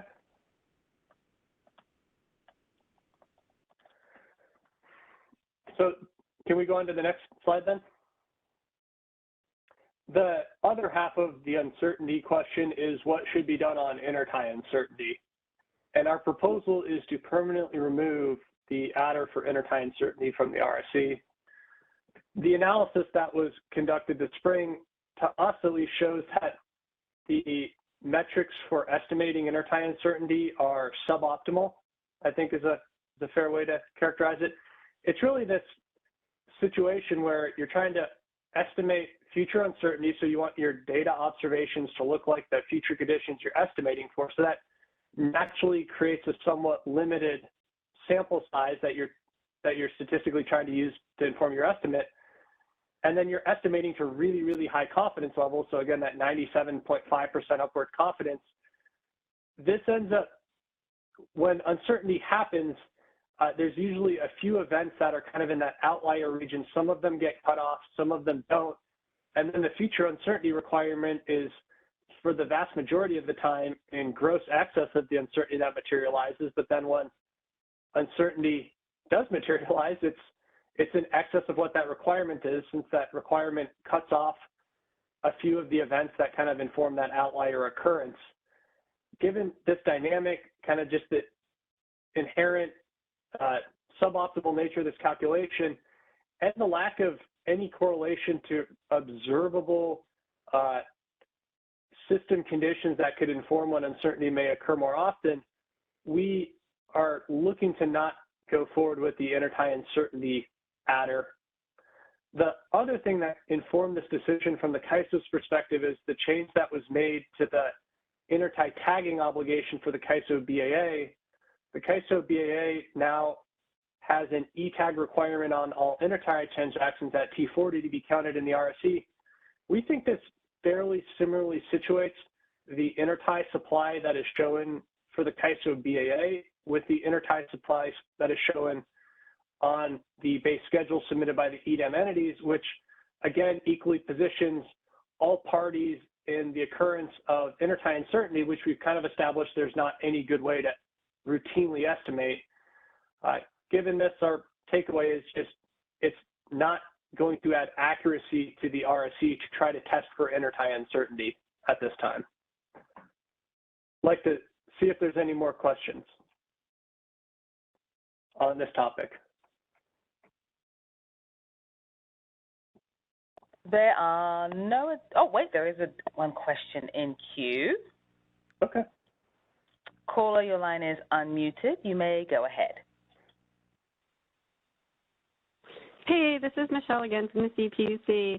So on this one, I think our issue goes back to what we just discussed. One of our biggest concerns about imposing the T-40 and the intertie uncertainty only on California is the failure of the RSE. And so if Kaiser is not going to fail us because of exports, because we're taking back the tags at T-40, I think that makes us feel better about that. But because the asymmetry is that we fail the RSE because of this and other entities won't. And I feel like we halfway got there, like in principle you agreed, but are you saying, but are you saying that the exports supported by imports that don't tag at T-40 would not count against California? So I'm just going back to that same statement, because other entities don't fail the RSE because they have, a transmission failure because of their imports or imports.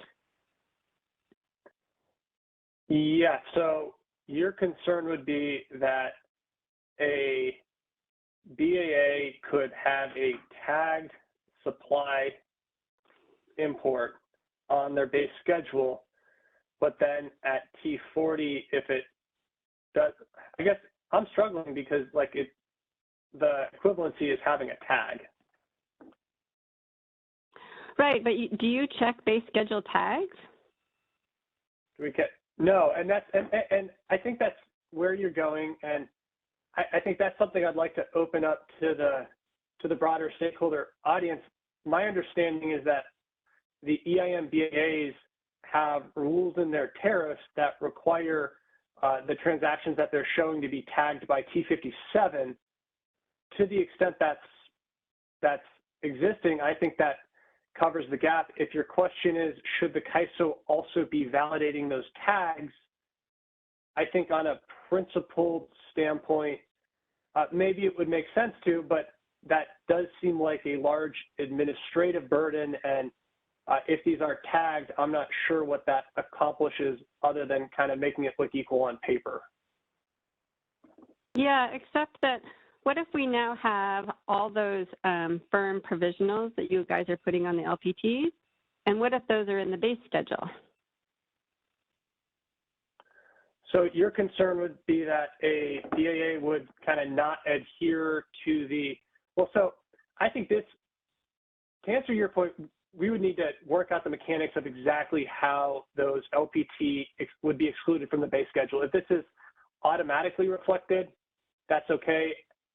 Again, I'd like to think that WEIM BAAs aren't going to be misrepresenting the firmness of their schedules and import schedules on their base schedule. Is that really what you're questioning? Is like, will neighboring parties accurately represent their base schedules or accurately represent their interchange in their base schedules?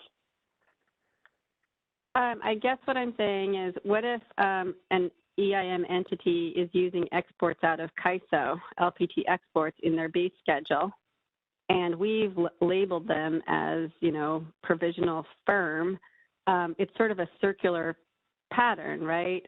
We're using, intertie imports to support exports, let's say they don't tag at T minus 40, but they did tag at T minus 57. So they're counting in the EIM entity's base schedule, but we're getting hit with the export that we can't support, and then California has to support it. So I guess I'm struggling with this. Yeah, I don't think that, I can't speak for WEIM entities, and to the extent they want to speak up, I'd be happy, but I can't imagine that their business practice is going to be to represent LPT exports that the Kaiser says aren't firm, that it's not counting in its RSC obligation as supply to meet their RSC. I think to the extent that this condition does exist, my initial kind of idea would be to monitor and see if it exists, to see if this is actually occurring, and then to, if necessary, have tag validation on EIM-based schedules. But short of observifiable kind of misbehavior on this, trying to have the Kaiser validate all of the tags for EIM BAAs seems like kind of a really large administrative burden that might not result in a lot of benefit. Okay, but then just going back to my original point, you are saying that California won't fail the RSE because imports didn't tag at T minus 40 to the extent that they supported exports. We'll be cutting those exports for purposes of RSE. Yes, for purposes of RSE counting, yes. Yeah, got it. Okay, thanks.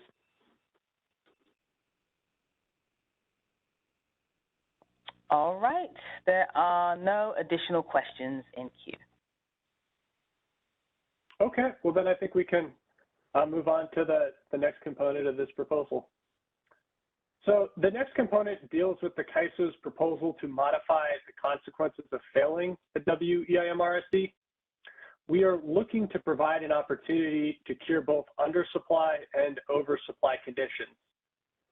The background on this is that during the February 2022 joint governance meeting, multiple members of the Kaiser board, as well as EIM governing body, kind of echoed support for the idea of leveraging the WEIM to provide energy assistance and to increase reliability in real time to the extent it can. Again, we did look at this spring to see if there was any way to implement any part of this design prior to summer of 2022 operations. We didn't think that there was, so that's again why we're talking about it here, with the goal of trying to have this in place prior to summer of 2023. Can we go to the next slide?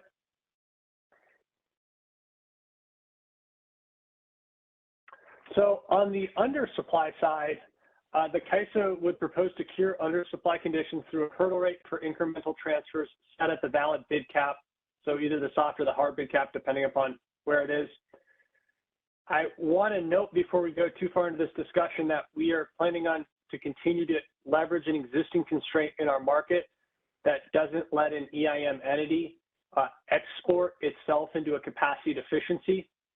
So I think the rule of thumb would be there should be no reliability harm to any BAAs who are helping to cure undersupply conditions. We also are taking from that Nevada proposal the idea on optionality to the extent that BAAs don't want to utilize this functionality to cure through the WEIM because they have outside of the market programs which they think will comfortably allow them to meet their obligations, they would be able to do so. This would be a master file based designation that could be changed, but would be changed along the timeline of master file updates, which is every few days. So it's not quite an on-demand, you can change it this interval, you could opt in this interval, opt out next interval. It would be for a few day period, you'd have to at least be in the same designation. We think that the hurdle rate at the bid cap ensures that these transactions occur at costs that are comparable to emergency energy assistance that currently occurs outside of the market, and we think that likely may still even occur outside of the market since not all BAAs are in EIM and not all BAA supply is always made available to EIM.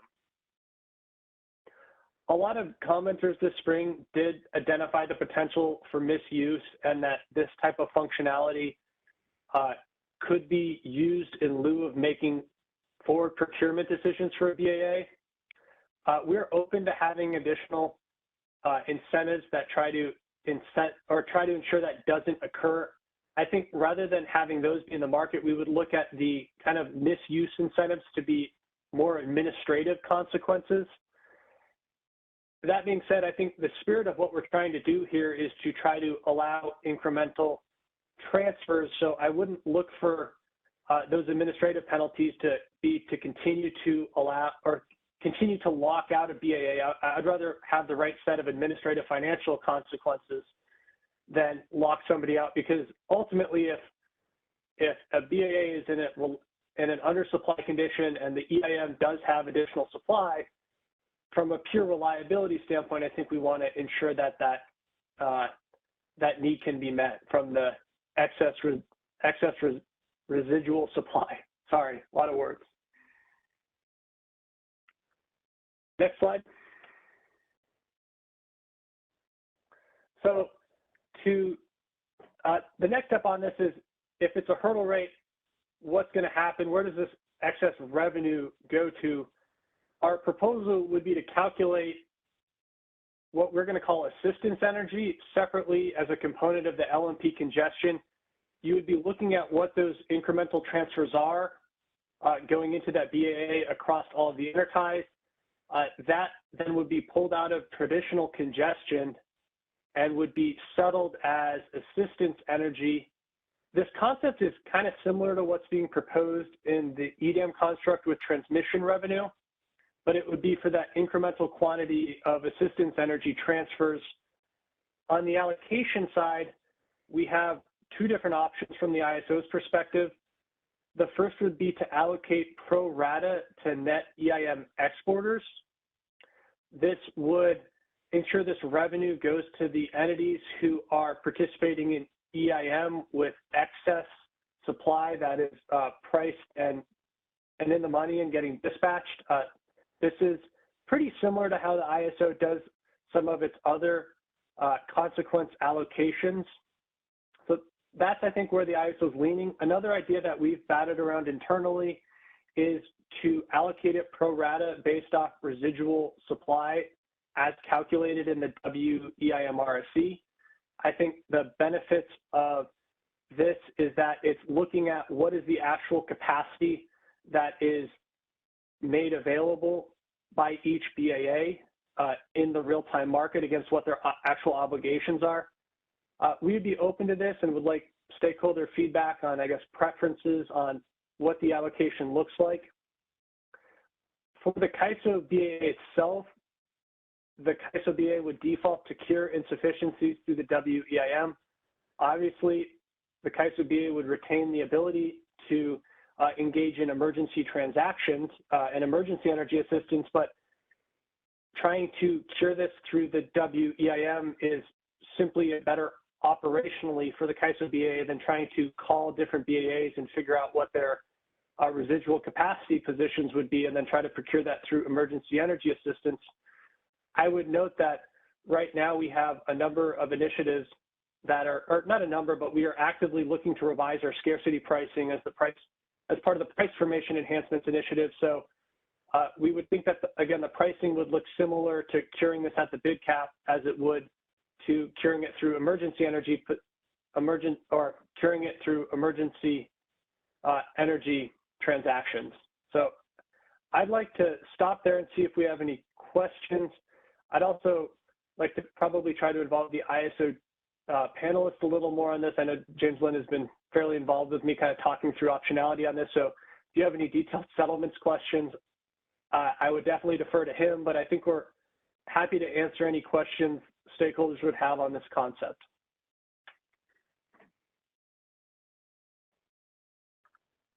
All right, we do have one.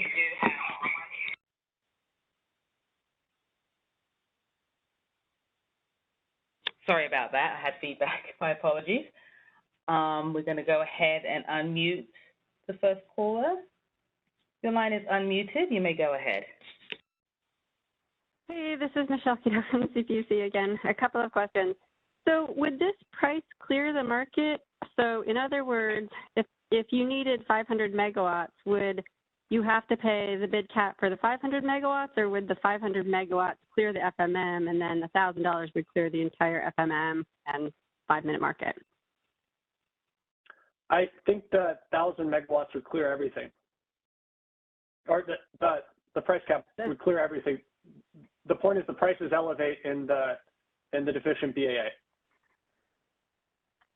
Okay, so basically, even though you needed a 500 megawatts, everything would clear at the price cap. So this is a form of scarcity pricing in a way. Yeah, I think that's a fair statement, and I think it's reasonable because if a BAA doesn't have sufficient supply to meet their own load, like the price is rising accordingly, it is reasonable. Okay. Well, I disagree, but that's for a fight for another day. But let me ask you a few other questions. Let's say that your last feasible schedule was 1,000, and then you're going to 1,500. Would all transfers have to pay? So not the additional 500, like your last feasible. Like if I didn't opt for this, I would be short 500 megawatts, right? Because I could use my last feasible schedule. Are you saying now that any EIM imports into your area would now be considered 1,000, or only at the amount which you can't support? Like, let's say, you see what I'm saying? There's a difference. Yeah, I do. I've always envisioned this as the amount you can't support, but I'd like to, and I think we plan to isolate that in the new component of congestion we're calculating, right, James? Yeah, so it's going to be in reference to your base schedules. So when you're going into that next interval, what you have failed for, and you have base schedules, so you're now procuring above that. And so that it would be incorporated in the marginal cost congestion.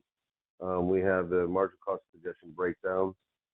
This will be a specific component of that anything above the base schedules would have to be above that particular cost, and we would calculate that and distribute it out.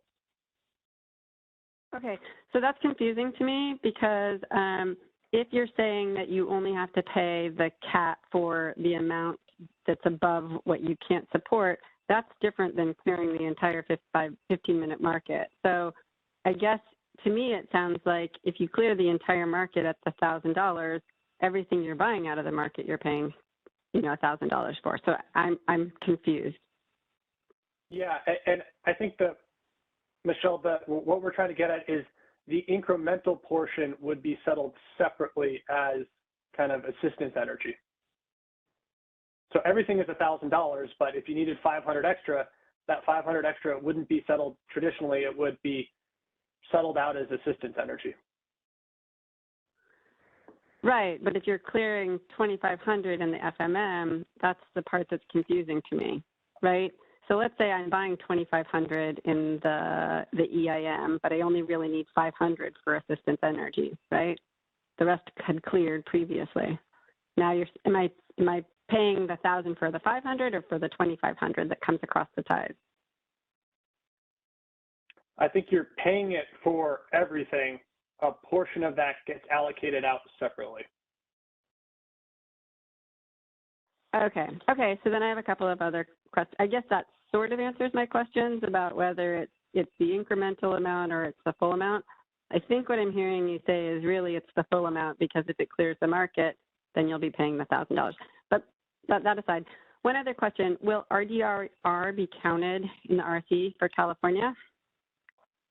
I think to the extent that it is enabled and the bids are available in the market, it would be considered by the RSC. Okay, so this is another little contentious point. So if we foresee that we're going to need to use this functionality, wouldn't we try to use the RDRR? And so would Kaiser not enable it for us? We've had Kaiser won't enable it until it's in an EEA2, but would it enable it before it needs the assistance? So I think we've had this conversation a little bit before, but I think we can expand it for everybody. The Kaiso, if it utilizes RDRR and it is dispatched, that triggers an EEA2 because due to the definition of an EEA2, it says use of emergency load modification programs, which is explicitly what RDRR is. The Kaiso does not have to be in an EEA2 to enable the bids into the market. It simply has to be, I believe, in a warning state. There is a little bit of complication here. These are use-limited resources. And so when they're enabled is selectively and optimally done manually by our system operators. The example I would give is if these have a 4-hour runtime and system conditions are getting tight at 2 p.m., our operators would not look to enable them at 2 p.m. because if the market decided that it wanted to pick them up, they would run from 2 to 6 p.m. and then all the load would come back at 6 p.m., which is likely to be an even worse operating condition than 2 p.m. So there is discretion on the Kaiso system operator side about when they're enabled, but if they're enabled in a warning condition, they would count.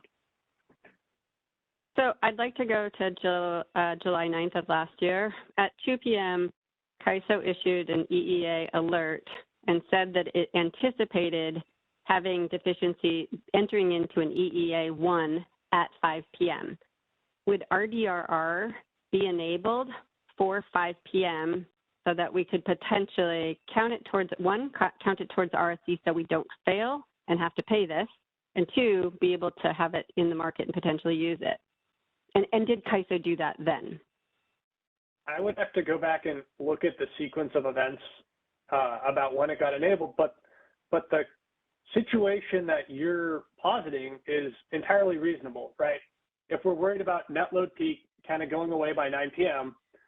and these have a 4-hour runtime, the Kaiso system operator, if they saw the need to utilize RDRR starting at 5 p.m., that would be entirely reasonable to enable the bids in the market and then allow the market to optimally dispatch them.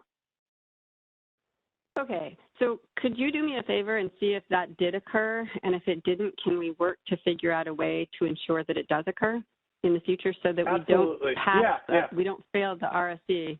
Okay, great, thank you. I fully, from a Kaiso BA perspective, Michelle, we want to utilize these as best that we can in RSC counting. We just have to respect some of the use limitations on these types of resources and do it smartly. Yeah, and absolutely. I just want to say, though, even though they called the alert at 2 p.m., I'm not asking for RSC or for RDR to be enabled at 2 p.m. I'm asking it for it to be enabled when Kaiso sees the deficiency, right?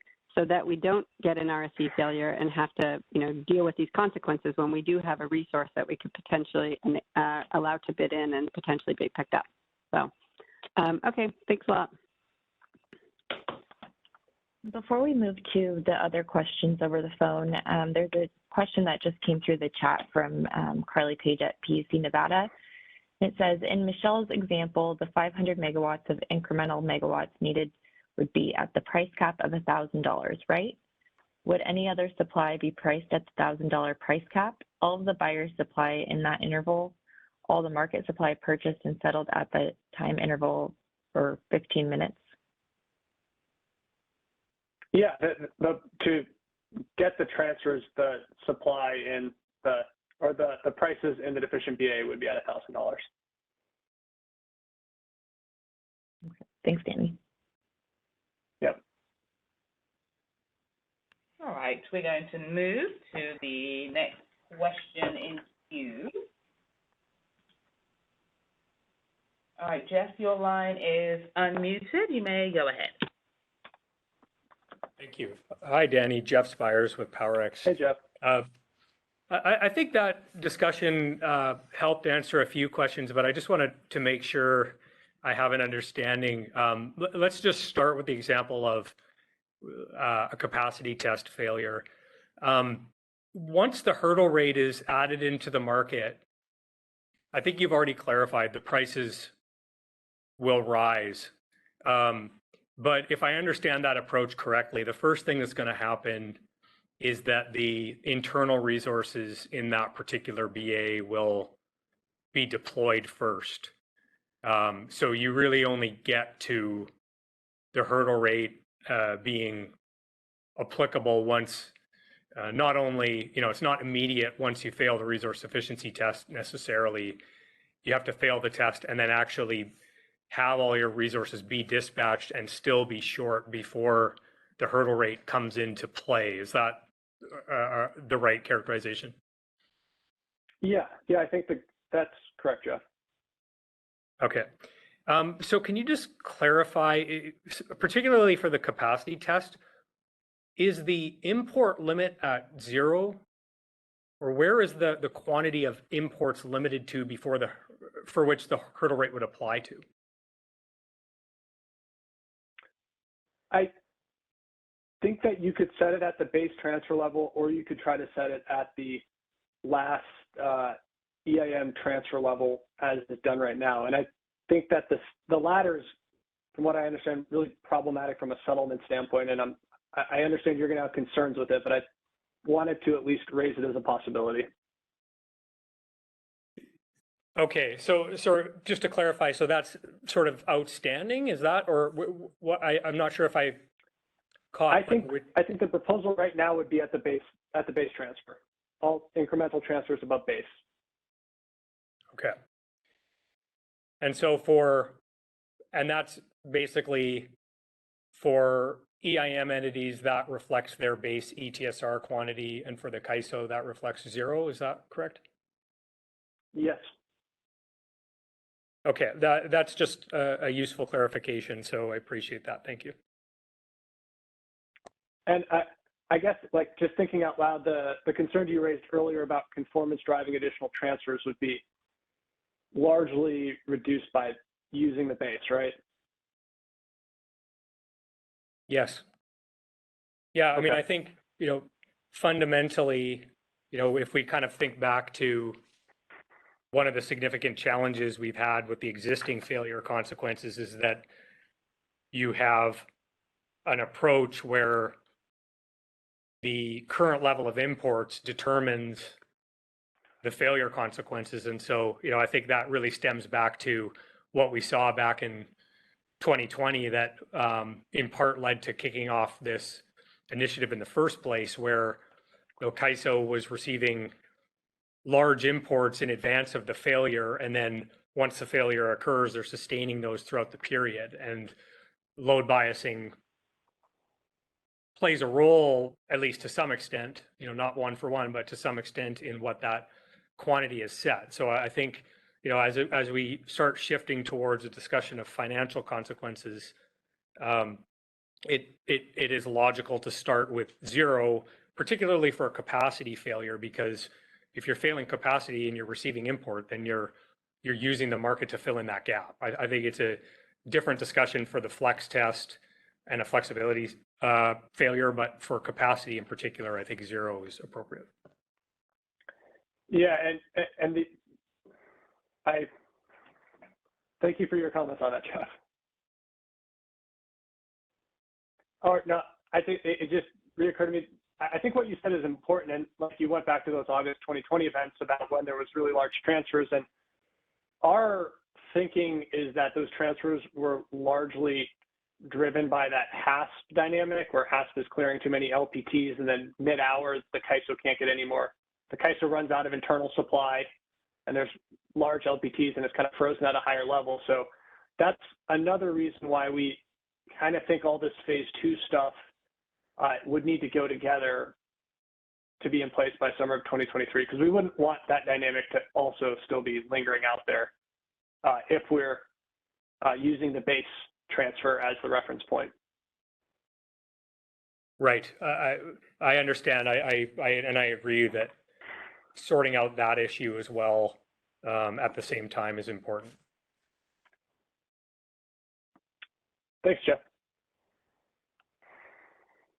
All right, we're moving to the next question in queue. Caller, your line is unmuted. You may go ahead. Hi, it's Lindsay Schlickley with NV Energy. I thought that conversation with Michelle was quite interesting as well. I had a question that arose from it. I was wondering if the RDRR resource was counted towards the test, then would ABC also be counted towards the test? And if not, then I was hoping to understand the difference between the two, since I guess at least my understanding is that RDRR is dispatched internal to the BA like ABC. So I'm kind of thinking of them kind of similarly. Yeah. So I think there are some differences. My understanding is ABC's resources that are withheld from the market to address infeasibilities when you're running the market itself. RDRR is actually a supply resource that just has some really unique use characteristics. I think where you're going with this, Lindsay, is should a BAA have to exhaust all of their ABC prior to getting assistance type transfers? And I think that's an open question that we would like stakeholder input on. I'd like, just offhand, do you have a preference one way or the other? I'd probably have to discuss it internally, so I'd have to think about it. But I was just really trying to inquire on if it would count towards the test. But I guess I think I understand. So you're saying that it differs in that RDRR is actually a resource that is bidden and could be utilized. Okay. Okay, then that helps explain that distinction. Thank you. Sure. All right, there are no additional questions in queue. Okay. Okay. So the other side of this, and something we've been thinking internally, is that the same framework could actually be used to help cure undersupply conditions. The example here would be a balancing authority area that is failing the flexible ramp down test. Maybe they have some combination of must-take supply and hydro resources, which they're spilling and they have to release, and they don't have downward flexibility. The question that I wanted to pose to this group is, should we try to leverage the WEIM to cure that type of oversupply condition as well?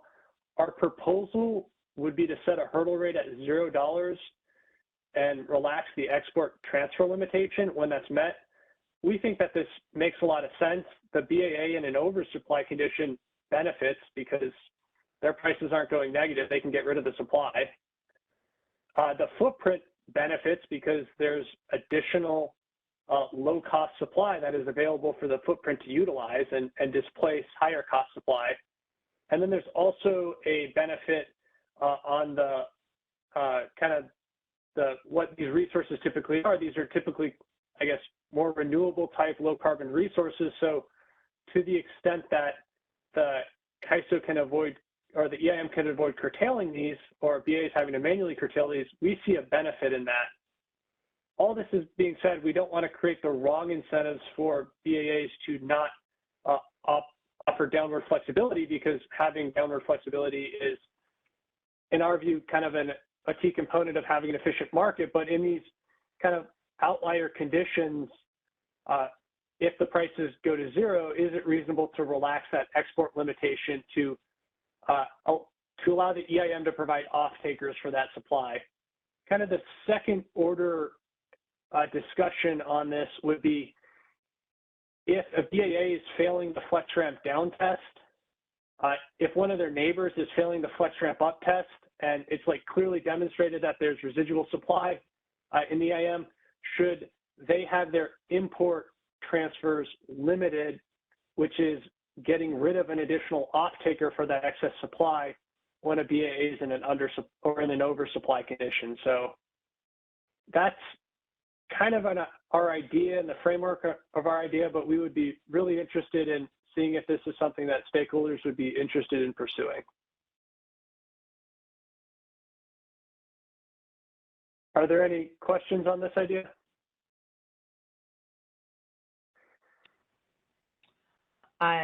There is a question in queue. Libby, your line is unmuted. You may go ahead. Hey, Libby from Bonneville. one question I have, it seems like this is sort of the first time I'm thinking about this, and apologies for not having gotten through all of this ahead of time, but one thing that sort of stands out at first blush is that the upwards version, we're sort of saying, hey, there's a cost to this, but we'll help you if we have extra.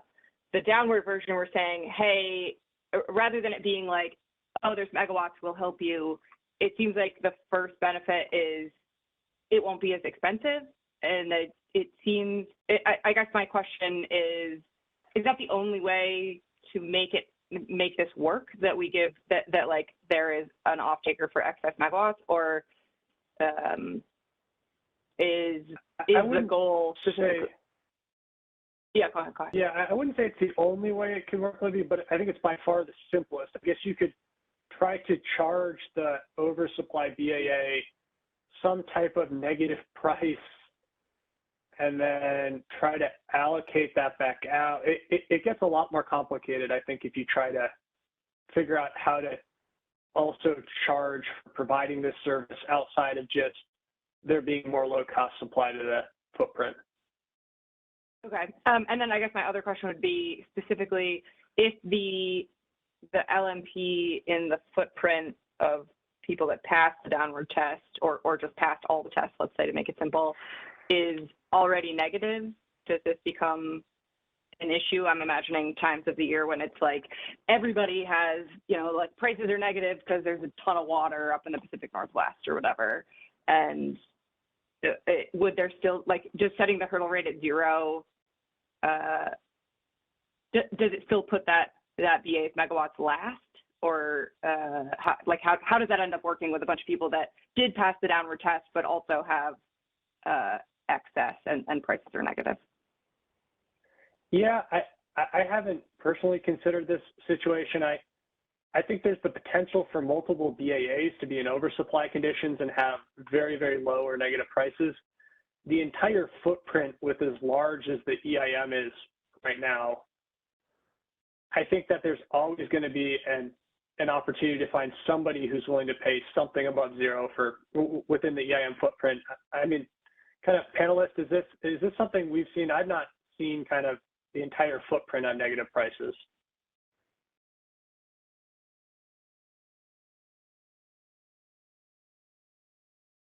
And I guess, Annie, I'm not necessarily considering that the entire footprint would be in negative prices, but even if just like you're bubbled in with let's say there's a bubble, constrained by some transmission congestion or whatever. If that bubble has people that passed and prices are already negative, does this, and admittedly, I haven't thought through it. Maybe that isn't a problem. I just haven't thought through it enough yet. But does that create a problem in that bubble that you've just sort of removed the limitation as a whole? Yeah, so my honest answer is I don't know. Okay, that's a reasonable answer. If this can actually occur, it could, but I think I'd need to kind of see if this is feasible and then kind of really think through what the implications would be. But offhand, I'm sorry, I can't give you a better answer. That's really fine. I think maybe it'll just be a sort of a question for the phase. No, this is a great observation. Thank you. This is something that we haven't given thought to, but I think we need to. Okay, thanks. All right, we're going to move to the next question in queue. Lindsay, your line is unmuted. You may go ahead. Hi, Lindsay Fleckway with NV Energy. Danny, I just had a quick question. The market will send shutdown instructions, correct? If we're running into oversupply conditions, or at least the prices go negative enough that I guess it determines that we need to start curtailing things. It should. Is that correct? Yeah. I mean, it should send. It's at least. I mean, somebody can correct me, but that's my understanding. Is it will if it needs to. It can make unit commitment decisions both on and off. Yeah. So I guess because I've been thinking about this quite a bit, and I've been kind of wondering with the resource efficiency down test, like really, I've been kind of questioning what are we trying to protect here, because we're really limiting the benefits that the market could experience by allowing kind of the VERS to reach other areas by cutting off the transfers in oversupply conditions, especially if the market can always curtail or cut resource schedules. So that was something that I was kind of wondering if, so I thought this was an interesting proposal. So thank you. Thanks, Lindsay. Yeah, and I think this almost kind of seems like low-hanging fruit to improve the efficiency of the EIM in a whole, but that being said, we still need to be careful not to create the wrong incentives to not provide the market with downward flexibility. So this to us was at least a first stab at trying to find that balance. Okay, thank you. All right, so there are currently no additional questions in queue. Okay. Thank you. I think this was my last slide, so I can turn it back over to Isabella.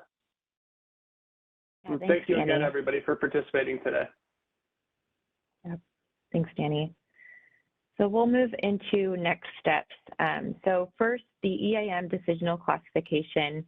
We are proposing joint authority for all elements of the proposal, with the exception of the changes to the lower priority export tagging rules. And this is because the proposed LPT tagging would change the rules about how to tag exports from the ISO BAA and are not applicable to WEIM participants in their capacity as WEIM participants. And then in addition, the ISO views that the proposed changes to the tagging rules as severable for the remainder of the proposal. And then moving into the schedule for the initiative, we will be accepting comments on the straw proposal until July 25th. So the comments template will be available out on the initiative webpage in the next day or so. And then for a draft final proposal, we're looking at a publication in mid-August with a stakeholder call at the end of the month. And then a final proposal towards the end of September. Right now we're looking around September 26th.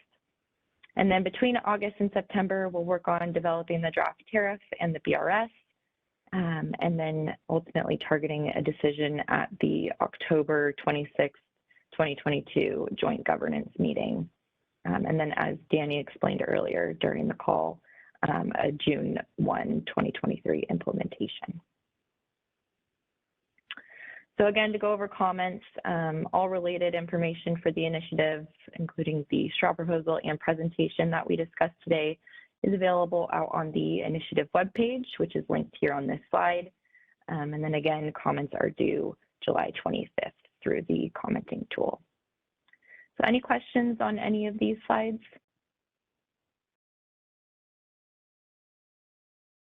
There are currently no questions in queue. Okay. Then my last slide before we wrap up here is just a reminder that the ISO will be holding its stakeholder symposium in Sacramento on November 9th and 10th. And registration for that event is now open. So the registration is linked here on this slide, and we hope you can join us for that event. But if you have any questions related to the symposium, you can also reach out via email to symposiumreg@kaiso.com, which is the email linked here on this slide as well. That concludes today's stakeholder call. Thank you all for joining us, and have a great rest of your day. That concludes our conference. Thank you for using Event Services. You may now disconnect.